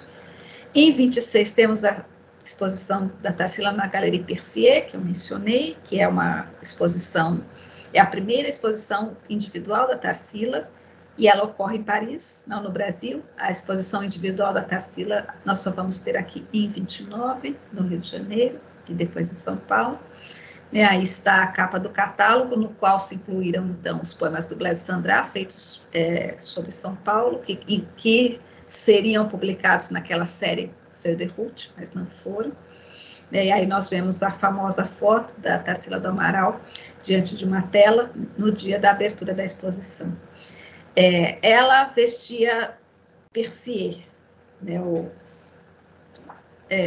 não, desculpa, ela vestia Poiret, né, o estilista famoso francês, e no livro Modernismo de 1922 a 2022, nós temos um texto de uma especialista em moda, Carolina Casarim, analisando a relação do casal Tarsila e Oswald com a moda, e ela inclusive analisa essa foto, né, como é que esse casal vanguardista constrói a sua imagem, se vinculando a um dos famosos estilistas franceses, que era Poiret, né, mas também se vinculando a outro estilista, que era Patou, e ela discute a questão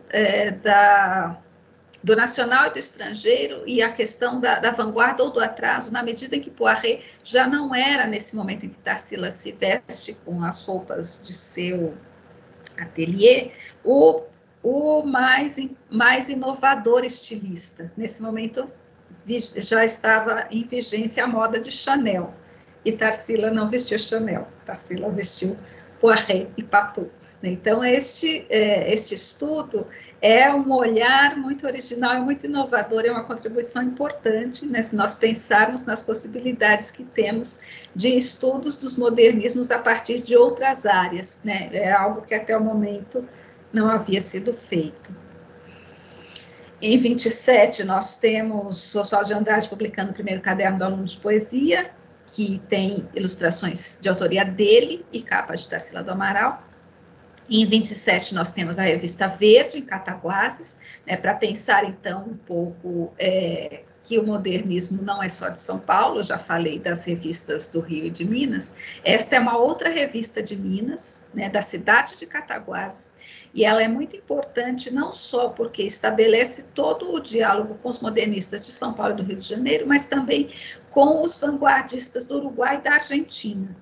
O Rosário Fusco era um jovem poeta de 18 anos, ele que tem a iniciativa de entrar em contato com Mário de Andrade, pedir colaborações, e ele, por intermédio de Pereda Valdés, que é um poeta uruguaio que teve temporadas na Argentina, ele conhece os vanguardistas argentinos e uruguaios que vão colaborar na revista, inclusive irão, a partir daí também, colaborar na revista de antropofagia, que será lançada em 28. A revista de antropofagia concebida a partir da pintura da tela Vaporu, pela Tarsila do Amaral. Ela faz essa pintura para dar de presente para o Oswald em janeiro de 28, em seu aniversário, né, e se diz que, muito empolgado, ele concebe o Manifesto Antropófago, o movimento da antropofagia, e, na sequência, a revista de antropofagia, na qual se publica o manifesto no primeiro número, que é de maio de 28. 28 também é o ano de Macunaíma, né, que é uma obra considerada vinculada à antropofagia, embora a redação tenha começado antes, né, em 26, e aí nós temos a cultura popular apresentada de uma forma muito forte, inclusive relacionada às questões de folclore, e aí já fica documentada a longa pesquisa que o Mário de Andrade faz em torno da cultura popular, que já havia se iniciado a partir de seus interesses em 1925, ele começa a dialogar com Câmara Cascudo em 25, né, e depois ele vai fazer as viagens pelo Norte e Nordeste em 27 e 28, e muito da pesquisa já aparece em Macunaíma e vai se ampliando depois. E aí vocês veem uma foto de Câmara Cascudo. Câmara Cascudo também é responsável por fazer a obra de Mário de Andrade circular na Argentina. O Câmara Cascudo já lia literatura argentina, publica resenhas sobre literatura argentina, se corresponde com argentinos, e é ele que vai mandar o livro A Escrava que Não é Isaura, para Luiz Emílio Soto, que é um poeta argentino, e é ele que vai escrever a primeira resenha fora do Brasil sobre este livro. Luiz Emílio Soto é uma figura importante. Nós vamos ter também divulgação da literatura brasileira na Argentina, a partir de uma viagem de escritores argentinos a São Paulo, que se encontram com Menotti Del Picchia. Isso também vai acontecer só em 25, em 22, Semana de Arte Moderna não circulou fora do Brasil, nem na Argentina, nem no Uruguai, exceto na revista Lumière, que eu mencionei, a partir do texto do Sérgio Millet, né, mas só, na Argentina e no Uruguai só a partir de 25, na revista Martin Fierro. E em 27 nós vamos ter também o modernismo em Alagoas, a partir da atuação de um grupo do qual faz parte Jorge de Lima. Jorge de Lima também irá se aproximar de Mário de Andrade, vão trocar cartas, e o Jorge de Lima publica em 27 este livrinho, do qual vocês veem a imagem aí, O Mundo do Menino Impossível, que ele diz que é uma homenagem ao primeiro caderno do Aluno de Poesia do Oswald de Andrade. E já havia publicado o Jorge de Lima o livro Essa Negra Fulô, o poema Essa Negra Fulô, que discute também a questão do cotidiano do negro, a fala do negro, a relação de escravização com o negro, isso fica registrado nesse poema Essa Negra Fulô, que tem essa edição de autor, caseira, em 27, e depois vai ser incluído no livro de poemas e mais adiante nos poemas negros do Jorge de Lima. Tudo isso para mostrar, então, que nós temos modernismos quando temos o surgimento dessas manifestações estéticas no decorrer dos anos 20, não necessariamente a partir do modernismo de São Paulo, mas, de alguma maneira, eles vão se encontrar. E a figura central para esses diálogos é Mário de Andrade. Às vezes por iniciativa do próprio Mário, às vezes por iniciativa de outros, como no caso de Câmara Cascudo e Rosário Fusco. Tivemos também no Nordeste revistas de vanguarda, como esta, Cigarra, em Natal, no Rio Grande do Norte. No livro Modernismos, 1922-2022, o professor e pesquisador Humberto Hermenegildo de Oliveira escreve sobre o modernismo no Nordeste, as revistas, os poetas, principalmente no Rio Grande do Norte, em Natal, e ele analisa a relação de Mário de Andrade com Jorge Fernandes, que também escreve um livro que se chama Livro de Poemas de Jorge Fernandes, que dialoga com o primeiro caderno do Aluno de Poesia, Oswald de Andrade. Então, essa revista Cigarra reúne ilustrações de artistas de Natal e poemas de artistas, de escritores de Natal. E o Jorge Fernandes também vai colaborar na revista Verde e na revista de Antropofagia. Já estou caminhando para o final, porque também estamos chegando a 1929, quando essa primeira fase do modernismo termina. Além de haver a quebra da Bolsa de Nova York, o empobrecimento das nossas elites, nós vamos ter uma guinada à esquerda, uma filiação ao comunismo, e nós vamos ter a chegada de Pagu ao grupo. Pagu é uma figura muito importante, que vai ser apresentada ao grupo da Antropofagia por Raul Bopp, que fazia parte já do grupo. Ela era uma jovem normalista, era poeta, desenhava, admirava muito Tarsila do Amaral, mas Oswald de Andrade vai se apaixonar por ela e a relação Tarsila-Oswald termina e Oswald vai se casar com Pagu em janeiro de 30. A Pagu é uma figura importante também por sua militância, ela optou por ser uma militante comunista. Ela foi morar em Santos, foi morar no Rio de Janeiro, criou com Oswald de Andrade o jornal O Homem do Povo, que teve poucas edições, uma duração muito curta, mas foi muito importante por fazer a crítica social, a crítica política, a crítica à faculdade de Direito, a crítica a outras instituições. Em 33, Oswald publica o Serafim Ponte Grande, escrevendo um prefácio no qual ele renega seu passado burguês e assume sua relação com o comunismo, e a Pagu publica, financiada por Oswald, o livro Parque Industrial, que é um romance proletário, e por exigência do partido, ela publica com o pseudônimo Mara Lobo. E a Tarsila do Amaral também terá sua guinada à esquerda, fará sua pintura social com a tela Operários, que é a mais emblemática, que é de 1933. E a partir dos anos 30, nós já vamos ter, então, uma estética diferente, voltada para questões sociais, para problemas políticos, né, vinculada ao novo contexto, né, e também ao surgimento de novas vozes, né, principalmente no Nordeste, né, o romance social teve uma época sendo chamado como romance do Nordeste, né, a partir das publicações de José Lins do Rego, Raquel de Queiroz, Graciliano Ramos, etc. Né, e aí começa uma polêmica entre os modernistas e esse novo grupo, algumas críticas sobre questões estéticas, sobre as quais não vou poder falar. E à medida em que a Semana de Arte Moderna e o modernismo vai sendo revisitado ao longo das décadas, 30, 40, 50, 60, 70, nós vamos vendo se consolidar os modernismos, se consolidar a obra dos modernistas e, ao mesmo tempo, um revisitar que faz críticas, ora positivas, ora negativas, ao próprio evento e as próprias produções. Isso é uma reflexão que eu faço no texto Memórias do Modernismo, que eu incluí no livro Modernismos 1922-2022.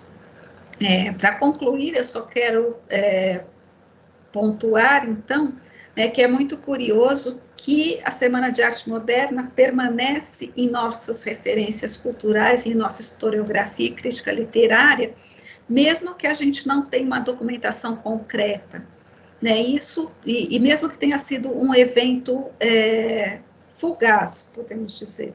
Isso pode nos fazer pensar sobre o caráter precário da construção do nosso país ao longo do tempo. Nós temos muitas lacunas na nossa história quanto à nossa formação, nós temos apagamentos quanto a questões sociais e culturais, nós temos falhas na preservação da nossa memória, e ainda assim nós temos a possibilidade de construir mitos em torno do vazio.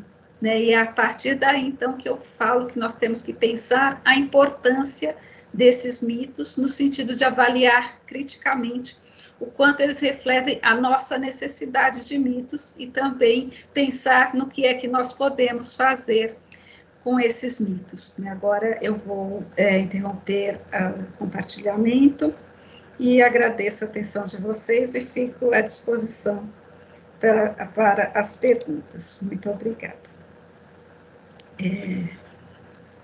Gênese, somos muito gratos mesmo por esses momentos, por essa partilha de conhecimento, de informação preciosa, esse amplo arco temporal que você nos expôs, um painel bastante expressivo.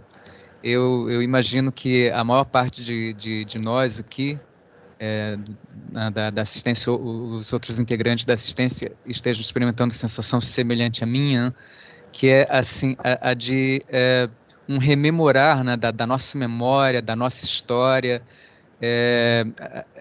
uma sensação prazerosa, né, de encontro, que estamos tendo de encontro conosco mesmo.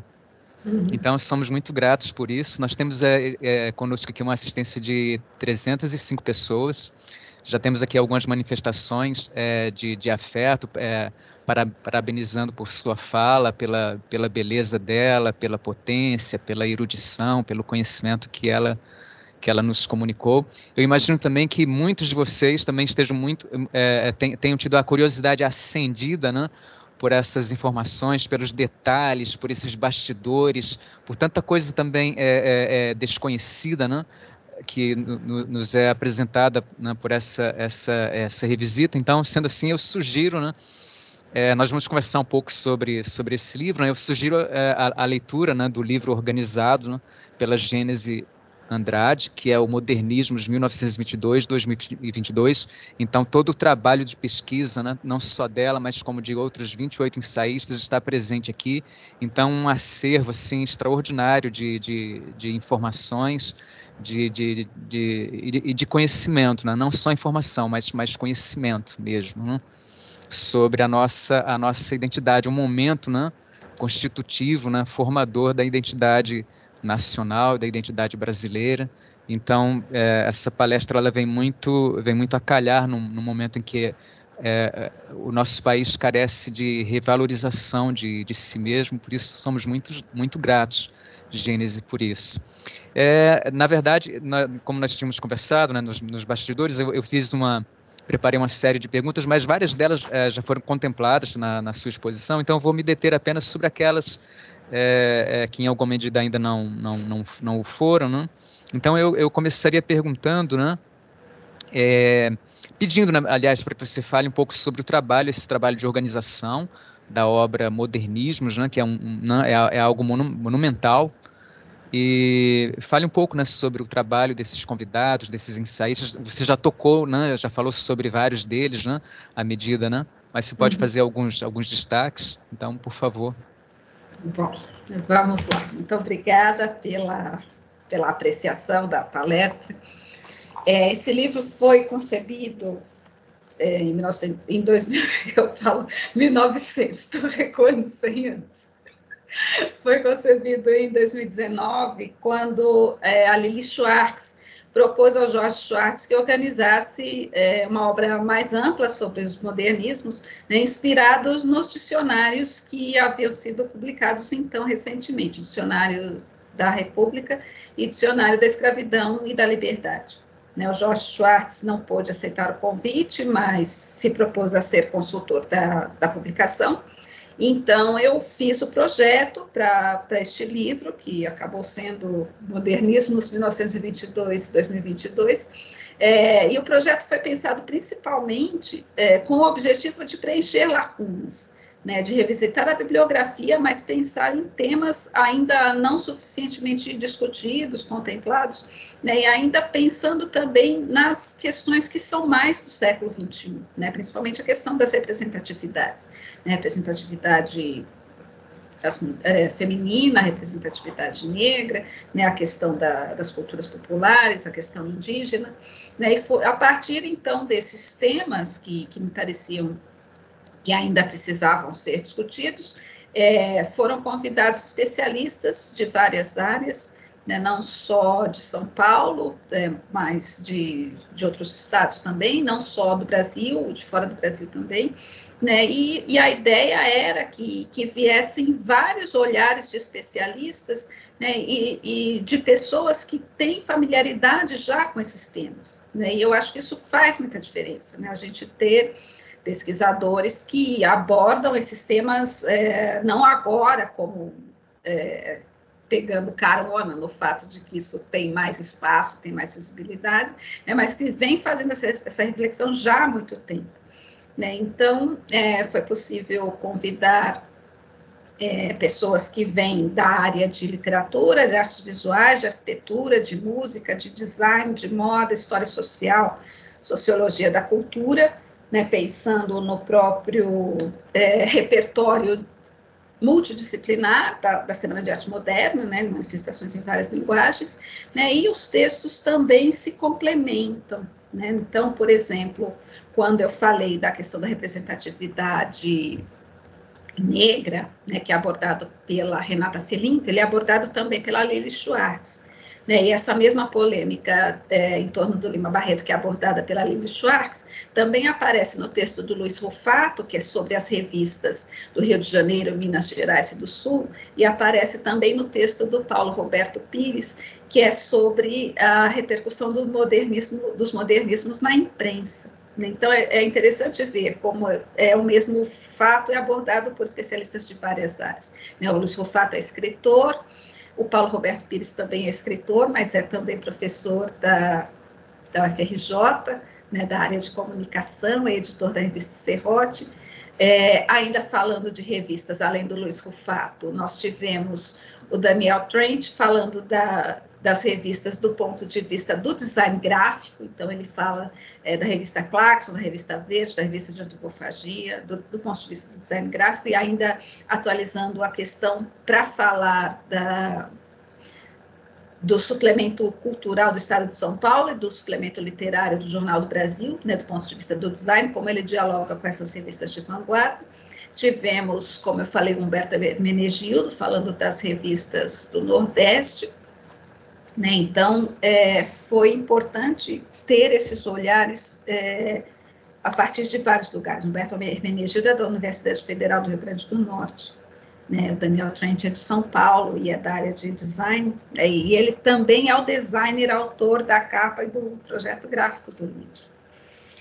Ainda sobre representatividades, eu mencionei o texto da Regina Teixeira de Barros sobre as mulheres artistas e mencionei a Maria de Lourdes Eleutério sobre as mulheres escritoras, né? Mencionei a Renata Felinto sobre a questão do negro e a Lili Schwartz também, e faltou mencionar a questão dos indígenas, né? A Marília Librandi, no último texto do livro, fala da arte indígena contemporânea e faz uma homenagem ao Jader Esbel, né, que é um importante artista visual, que infelizmente faleceu no ano passado, né, e que tem uma obra muito importante revisitando os modernismos, né? Então, foi possível contemplar isto também, né? Nós tivemos o texto de um urbanista, que é o Anderson Kazuo Nakano, falando sobre a cidade da perspectiva do urbanismo, né, falando do contexto do surgimento da Semana de Arte Moderna pós-pandemia, né, do centenário da Semana de Arte Moderna em um momento ainda de pandemia. Daí ele mostra como é que a cidade se transformava e como é que isso é visto nos jornais, como isso é visto do ponto de vista do urbanismo, da geografia, e como é que os próprios modernistas, nos textos das revistas, como Claxon, registravam a circulação das pessoas, registravam a multidão, registravam as transformações do século XXI. Nós tivemos textos falando do contexto antes da semana, né, como eu também falei, né, o Felipe Chamovitch fala da Galeria Brasileira em Paris, em 1889, e da relação da família Prado com a Semana de Arte Moderna e os modernistas. O Elias Tomé Saliba fala do contexto político, né, inclusive da questão controversa da relação dos modernistas com os políticos, né, do contexto da Revolução de 24, na qual os modernistas não se envolveram, eles foram para as fazendas enquanto a cidade era bombardeada, né? Então tem essa crítica também, né? Ele fala do jornal O Pirralho, que foi criado pelo Oswald de Andrade, e como é que as questões políticas permeiam o Pirralho, tanto em termos de uma relação próxima que o Washington Luiz tinha com o Oswald de Andrade, mas também a crítica que se faz a essas questões políticas pelo Roba Naneri, na coluna As Cartas da Baixo Pix, que mimetizava a fala dos imigrantes italianos que moravam em São Paulo, né, e ele faz paródias e faz textos muito divertidos sobre várias questões, inclusive sobre questões estéticas também. Eu mencionei a Vila Quirial, né, e o Freitas Vale, e nós temos o texto do Marcos Moraes sobre a relação do pensionato artístico com as residências artísticas contemporâneas, né? Isso também foi um dado importante. Passando por questões conceituais, pré-modernismo, pós-modernismo, os conceitos de manifesto, de vanguarda, o David Jackson, que é um brasilianista da Universidade de Yale, faz uma reflexão no texto que se chama As Molduras do Modernismo, né? O João César de Castro Rocha faz a reflexão sobre os manifestos, né? A história dos manifestos e os nossos principais manifestos. José Miguel Wisnik aborda a música, a relação dos modernistas com a música, principalmente Vila Lobos Matos de Andrade. Roberto Zular fala da oralidade na poesia. A Valnice Nogueira Galvão fala de questões de sociabilidade, e o Jason Tércio fala de sociabilidade em Paris, né, no texto sobre os modernistas em Paris, né, e isso acaba dialogando com o texto da Carolina Casarim, né, que fala sobre a moda, e o casal Tarcivaldi e a Maison Paul Poiret, quem eu não mencionei ainda. A Beatriz Azevedo faz uma releitura da antropofagia a partir da questão do matriarcado, né, e é muito interessante ver como ela faz essa discussão teórica, relacionando o manifesto do Oswald e as reflexões dele sobre a antropofagia com pensadores contemporâneos, né, inclusive com um crítico e pensador trans, que é por Beatriz Preciado, né, e ela mostra como é que Oswald de Andrade fala da questão do matriarcado e como ele mostra uma sensibilidade feminina, né, nesses textos, né, e a partir das relações que ele teve com a Tarsila e com a Pagu. Uma outra questão pouco contemplada, a questão da sexualidade do Mário de Andrade, né? César Braga Pinto é brasileiro, mas trabalha nos Estados Unidos já há muitos anos, hoje ele está na Universidade do Nordeste dos Estados Unidos, e ele faz uma crítica muito interessante sobre como o Mário de Andrade lidava com sua sexualidade e como a crítica lidou com essa questão.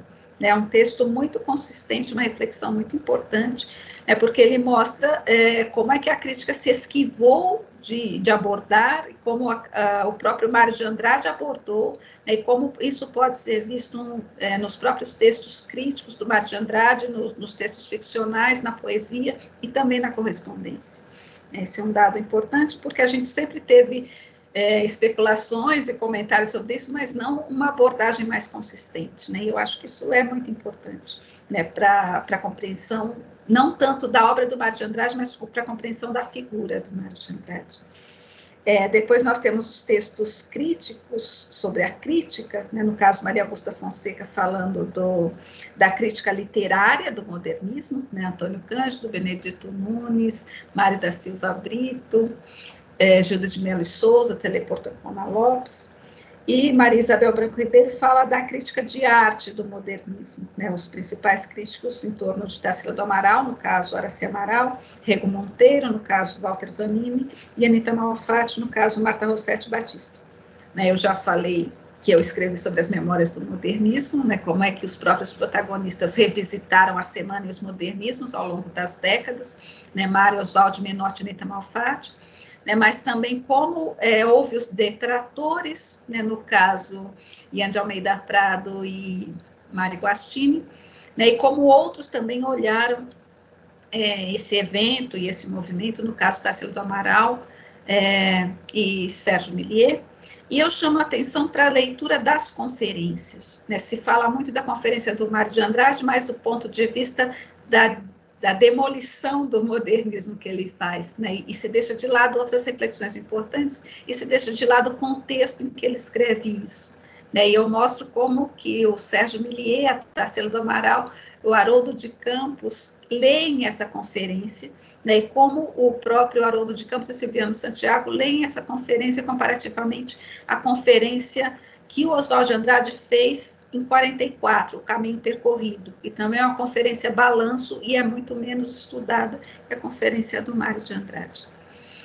Fábio Cipriano fala sobre as exposições em torno dos modernismos, né, ele analisa exposições que houve principalmente em São Paulo, algumas também fora de São Paulo, né, que contemplaram o modernismo. Da Renata Felito já falei. O Marcos Antônio de Moraes revisita Macunaíma, né, mostrando as várias releituras que houve do Macunaíma no cinema, no teatro, até obras mais recentes, né, da Yara Renault, e ele termina comentando um projeto de ópera Macunaíma feito pelo próprio Mário de Andrade, em parceria com Camargo Guarnieri, que ficou inédito. E nós reproduzimos o datiloscrito desse projeto de ópera. O Gonçalo Aguilar, que é um especialista em literatura brasileira, mas é professor da Universidade de Buenos Aires, é argentino, ele faz uma releitura da antropofagia, pensando nos herdeiros e herdeiras da antropofagia, né, desde Flávio de Carvalho até Adriana Calcanhoto, Beatriz Azevedo, Verônica Stiger. O Wilson Alves Bezerra é escritor e crítico literário, e ele fala da relação das novas gerações de escritores com os modernistas, principalmente com Mário de Andrade. E a Marília Librandi, como eu falei, fala da arte indígena, e principalmente da arte indígena contemporânea. Então, esse foi um panorama do livro, né, a partir, então, das questões que nós achávamos que precisavam ser abordadas e atualizadas nesse contexto do centenário. Muito grato, Gênesis. Na verdade, a gente constata que temos em mãos uma verdadeira enciclopédia mesmo, né, de saberes, de perspectivas, né, sobre os modernismos, né? Nós estamos né, em meio a essa conversa, mas eu gostaria de dizer à audiência que quem desejar pode se manifestar aqui, pode pedir a palavra, pode abrir o microfone, fazer algum comentário, alguma pergunta, pode fazer perguntas aqui, comentários no chat também, fiquem à vontade para manifestar-se, né? Após essa apresentação, Gênesis, eu pediria o seguinte: a obra ela se propõe, né, a ser um marco, a celebrar, a festejar esse momento também, mas sem dúvida nenhuma, como você já deixou mais que evidente, se propõe a refletir criticamente. Então, ante isso, eu perguntaria se você já destacou alguns pontos nesse sentido, mas se você faria algum grande destaque quanto a algum questionamento, né, que surge em meio a essa revisita, né, que está sendo feita. Então, você se propõe a estabelecer o marco, a reafirmar o mito, mas também questionando, né, alguns aspectos dele. O que você destacaria nesse sentido, assim? Eu acho que, quer dizer, a partir dessas leituras surgem novas pesquisas e novas questões, né? Como eu disse, por exemplo, a Regina Gomide, né, é uma artista ainda a ser estudada, né? A Regina Teixeira aponta isso, né? Mas esse estudo ainda está por ser feito. Né, o David Jackson fala dos conceitos de pré- e pós-modernismo. Né, isso ainda é bastante discutido. A Lily Schwartz chama a atenção para o quanto esses termos são limitadores. Né? E essa é uma discussão importante também a ser mais aprofundada. Né? É claro que o conceito de pós-modernismo já nem é mais usado, né? Mas algumas pessoas ainda com má vontade vêm dizer que o termo pós-modernismo é excludente, da mesma forma que vem dizer que a Semana de Arte Moderna é colocada como um ponto de partida, excluindo o que veio antes. Né? Não há exclusão nenhuma. Né? Na verdade, há escolhas, nós sempre fazemos escolhas. Né? Então, isso fica para um aprofundamento. Né? Os textos têm em torno de 20 páginas, então, quer dizer, não dá para esgotar.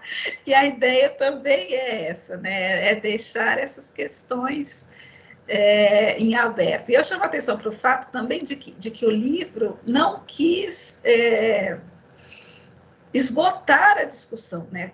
Quando se faz essa leitura comparativa, se vê que os textos dialogam e que eles apresentam visões diferentes também. E eu acho que isso é muito enriquecedor. Né? O Luiz Rufato, por exemplo, chama a atenção para o fato de que a revista Festa, ela não é considerada entre as principais revistas de vanguarda, porque ela tem uma linha mais conservadora, né? Mas ela tem um diálogo interessante e a concepção dela é anterior, embora ela só comece a ser publicada mais tardiamente, né, na metade da década.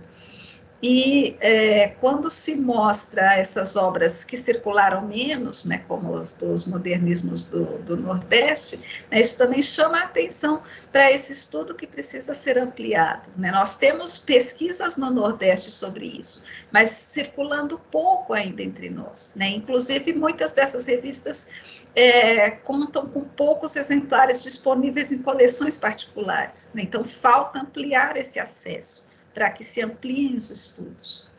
Né? Então, houve também o fato de que alguns temas não foram contemplados no livro, porque as pessoas convidadas, infelizmente, não puderam enviar suas contribuições. Né? Então, por exemplo, a questão da ausência da fotografia, né? Ela acaba sendo mencionada na minha introdução. Né? Nós, infelizmente, não podemos ter esse texto sobre fotografia, né? E ele está no Prelo, né, em um livro a ser publicado pela editora Sesc.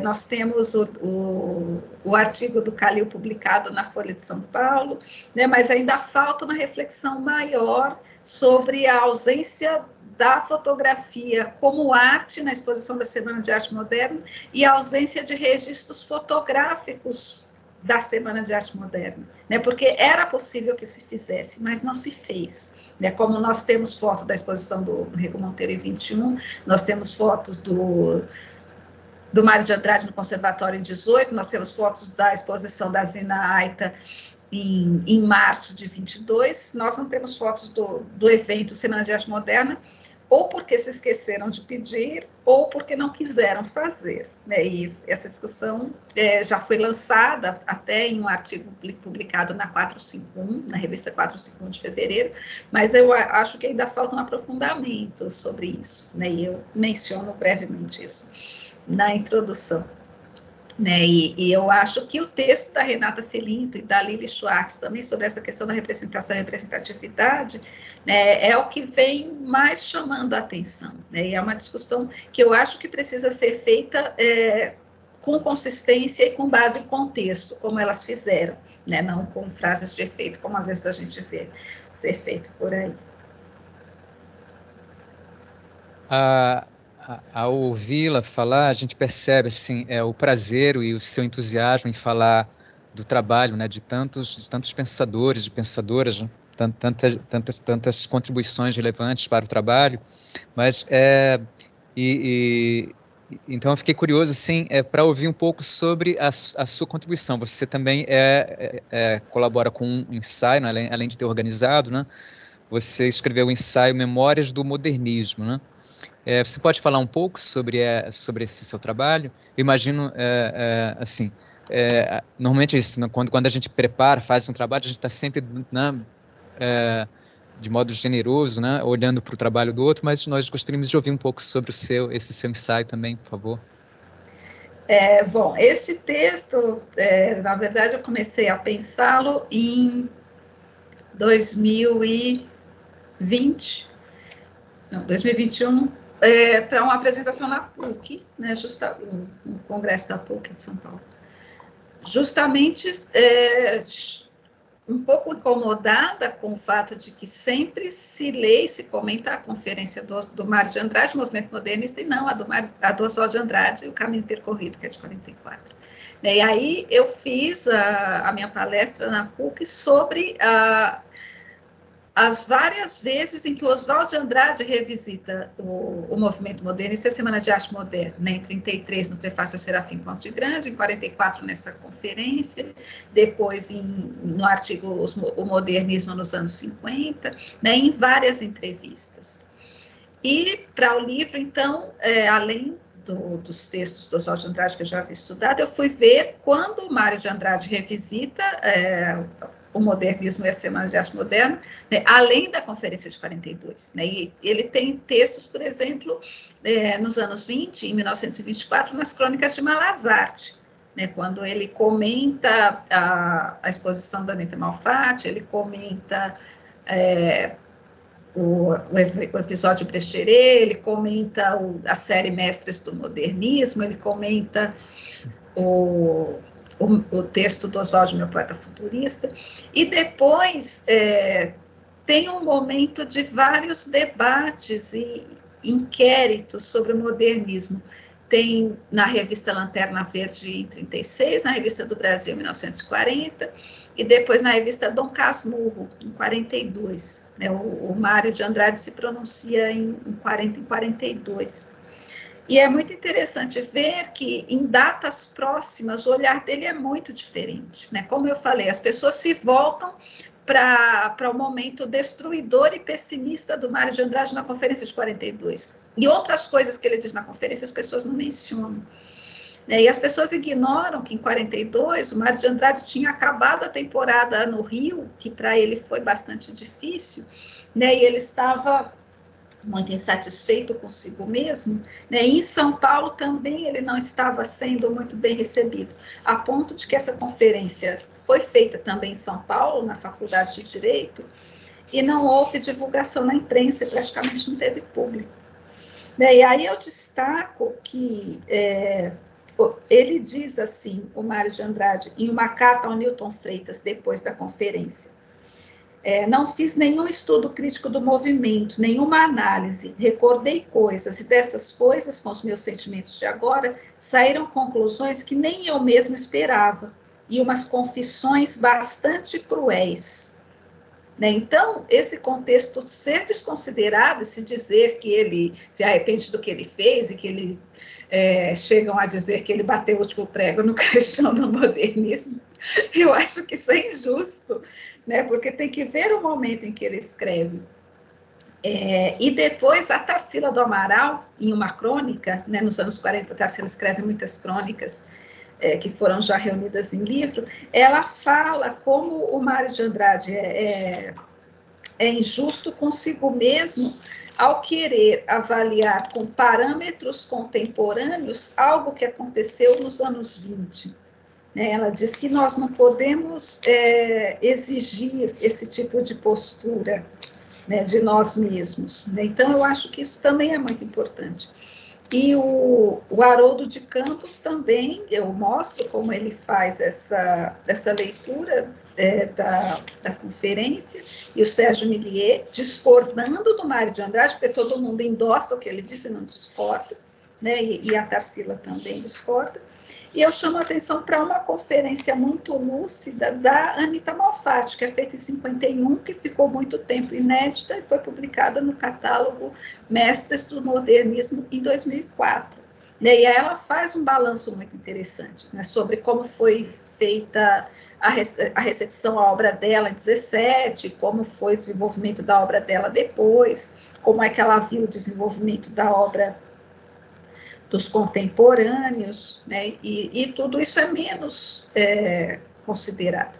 E eu mostro também o Menotti Del Picchia, né? O Menotti Del Picchia foi o mais longevo dos modernistas, ele morreu em 88, né? Então, a cada 10 anos estava lá ele publicando textos, fazendo conferências, fazendo discursos, né? E esse material é muito importante, porque o Menotti publicou suas memórias nos anos 70, mas elas têm muito erro. Ele foi traído pela memória, ou ele escreveu de forma apressada, então as memórias dele não valem como documento, porque tem muitas informações erradas. Valem esses documentos que são pouco visitados, né? Então é muito importante trazê-los e ver esses olhares cruzados, né? Comparar o olhar do Mário com o olhar do Oswaldo, com o olhar da Anita, o olhar da Tarsila, né? Em momentos muito próximos. E ver como essa conferência do Mário, tão mencionada, pode ser reavaliada e contrabalançada, né, a partir de outros pontos de vista.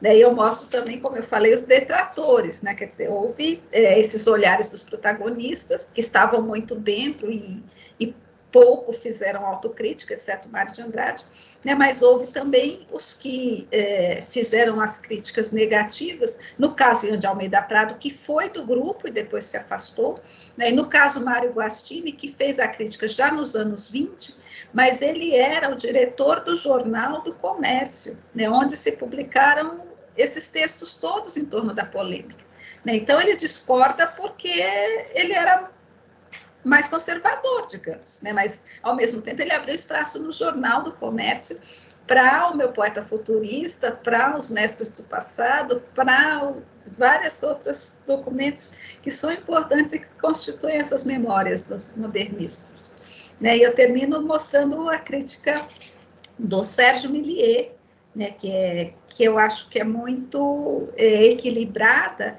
né, quando ele fala que é preciso ter equilíbrio, né, não dá para olhar a Semana de Arte Moderna de forma excessiva, mas também não dá para desconsiderar, né, e eu acho que isso é muito atual e vale até hoje.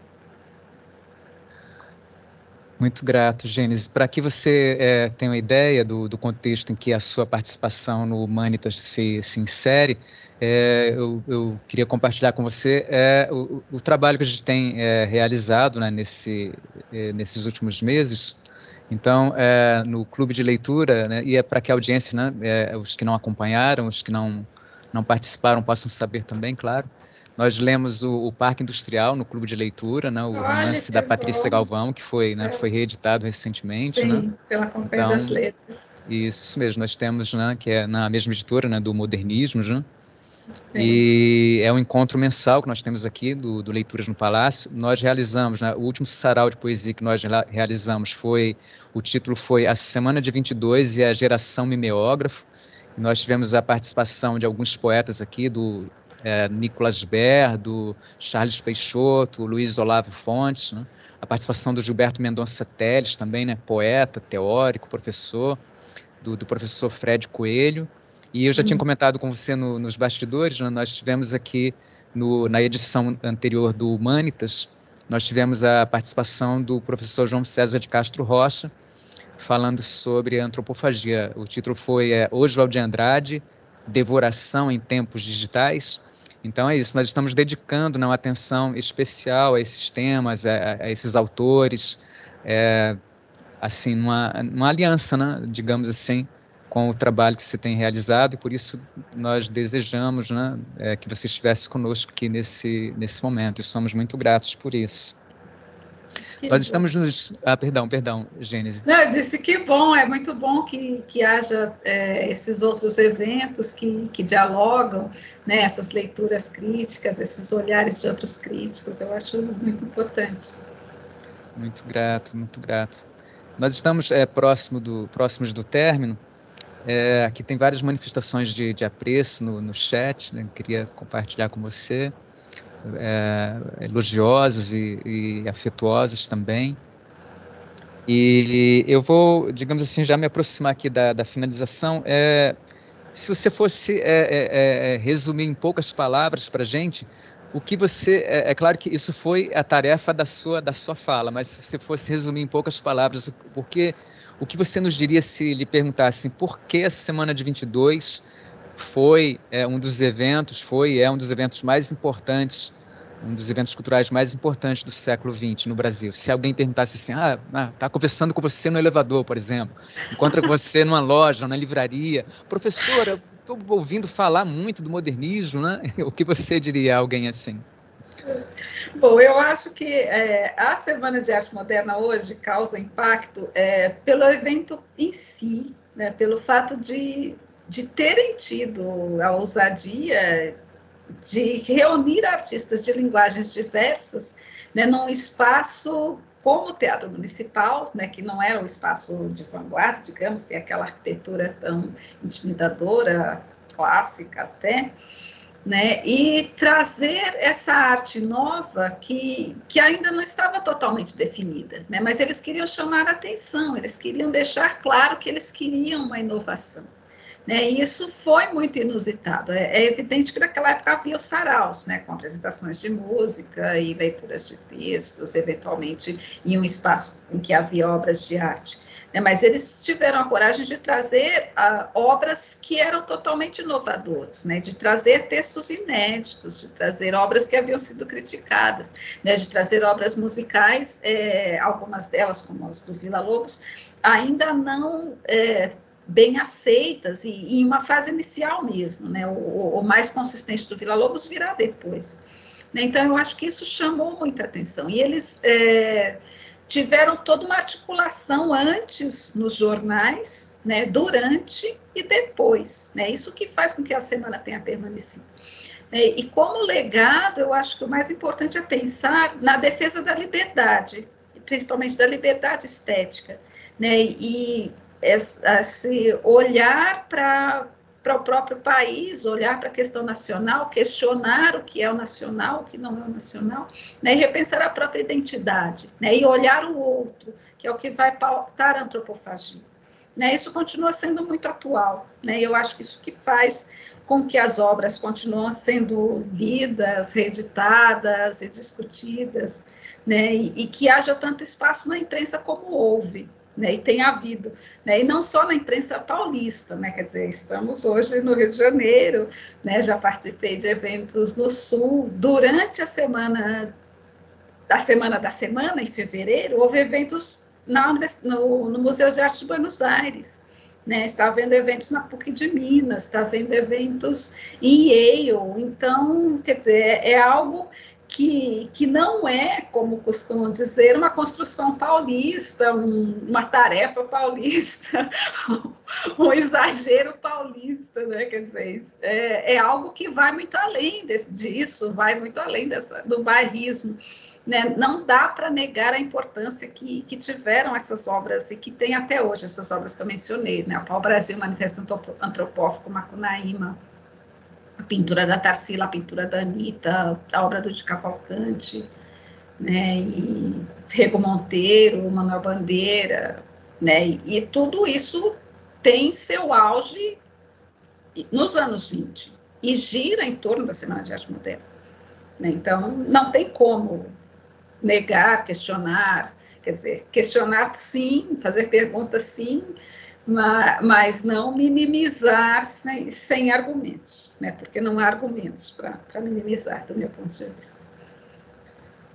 Gênesis, ao ouvir as suas falas, né, a sua palestra, eu imagino que me é lembrada, né, até pelo título de um dos livros de poemas do Oswald, né, que é o primeiro caderno do aluno de poesia, é que o que você nos fala, né, nos remete ao nosso processo de formação, né, de educação da nossa sensibilidade. Então, a nossa experiência escolar, né, o nosso contato com esses autores, né, com essas obras, né, no período de nossa formação, da nossa juventude, né, e também daqueles que, né, percorreram, né, o trajeto, outros trajetos na academia. Então, tem esse sabor, né, você fala à nossa inteligência, ao nosso intelecto, mas fala às nossas emoções também, a esse histórico, né, emocional de formação, né, de constituição, né, do saber quem nós fomos, quem nós somos, quem nós seremos, né?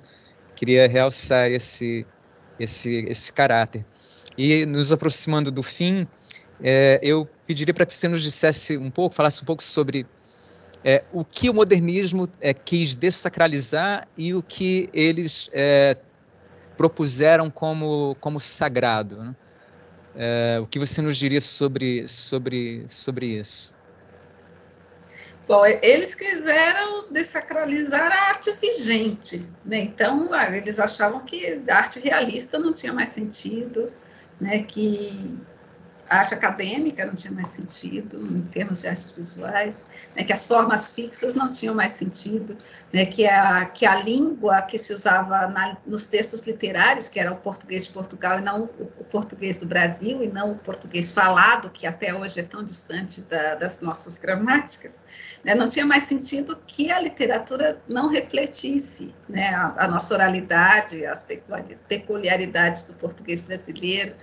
Então, eles quiseram dessacralizar os padrões artísticos, né? E é curioso que a Anita Malfatti escreve uma carta para Tarsila do Amaral em 21, depois da publicação da série Mestres do Passado, do Mário de Andrade, e ela fala justamente isso. Ninguém nunca teve coragem de mostrar que esses nossos mestres não eram sagrados, né, e que eles precisam ser questionados, né? Então, você imagina que ainda estavam vivos Francisca Júlia e Olavo Bilac quando o Mário de Andrade faz uma crítica demolidora, né? Então, imagina o impacto que isso causou, né? E isso causou reações também, né, muito duras. Agora, eu não acho que eles tenham querido colocar nada como sagrado, porque eles são absolutamente reverentes, né? Principalmente o Oswald de Andrade. Então, eu acho que o que eles mostram, o próprio Oswald diz isso no manifesto, a poesia existe nos fatos, né? Olhar o cotidiano e ver essa arte que está ao nosso redor e que isso que está ao nosso redor se transforma em arte, né? Como ele parte do que ele ouve, como ele parte dos artigos de jornal, como ele parte da fala popular, assim como Mário de Andrade, assim como Alcântara Machado, né? E mostrar que a arte e o cotidiano podem estar juntos, né? E que a pesquisa estética é permanente, que é outra coisa que o Mário de Andrade também diz, né? Eu acho que o maior legado do modernismo é esse, é mostrar a importância da pesquisa estética, né? Que tudo isso que eles fizeram, embora em algum momento pudesse parecer algo pouco elaborado, pouco fundamentado, é baseado numa profunda pesquisa estética, e não só livresca, né? Também o revisitar mesmo, né, o cotidiano, como eu falei, a fala, da oralidade, a cultura popular, né? E a cultura popular que eles também encontraram nas cidades históricas, o impacto que causou a obra do Aleijadinho, né? As chamadas cores caipiras, né?